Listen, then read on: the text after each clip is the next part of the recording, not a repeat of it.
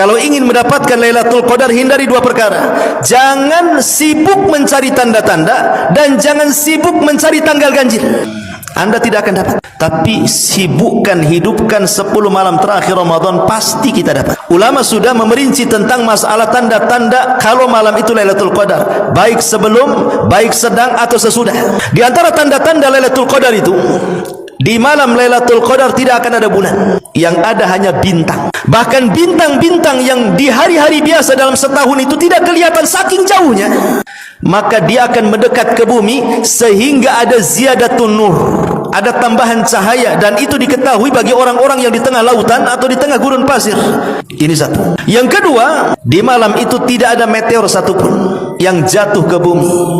Karena fungsi meteor itu apa? Syuhuban lisyayatin, untuk melempar setan. Setannya saja tidak bergerak, macam mana ada meteor? Malam itu tidak akan Anda dapati meteor satupun yang jatuh satu dunia ini. Karena malam itu malam salam keselamatan. Kemudian juga yang ketiga, kata Nabi SAW, Lailatul Samha, malamnya tenang-tenang sekali. Ya, tidak terlalu panas, tidak terlalu dingin, bagi yang sehat.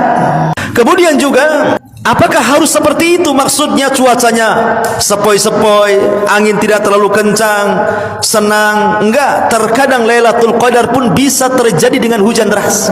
Itu pun tanda Lailatul Qadar. Kenapa? Karena Rasul pernah malamnya Lailatul Qadar, kemudian besoknya Rasul sujud, rupanya Rasul merasakan di dahinya at-tinu wal mah. Jadi ada air dan tanah yang menempel di dahi. Maknanya malamnya hujan, sehingga tidak mesti cerah gitu cuaca Lailatul Qadar. Bisa saja terjadi hujan deras malam itu Lailatul Qadar. Tapi walaupun hujan deras tidak membahayakan, tidak ada angin kencang, ya hujan-hujan gitu saja. Karena hujan itu salah satu tanda turunnya rahmat, turunnya para malaikat itu saat hujan. Makanya doa sewaktu hujan itu mustajab, dan itu juga sebagai tanda-tanda Lailatul Qadar. Tetapi tanda-tanda yang paling jelas Lailatul Qadar itu justru setelah Lailatul Qadar lewat dari kita. Kapan itu? Di pagi hari.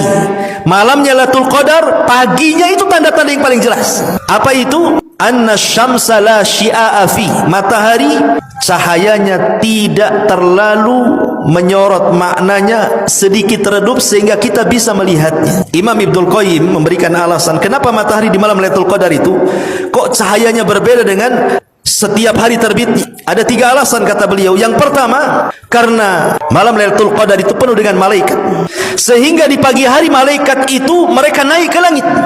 Dan malaikat itu tercipta dari nur cahaya, dan cahayanya inilah yang menghalangi cahaya matahari, sehingga cahaya matahari ke bumi terhalang dengan cahaya malaikat, makanya agak redup.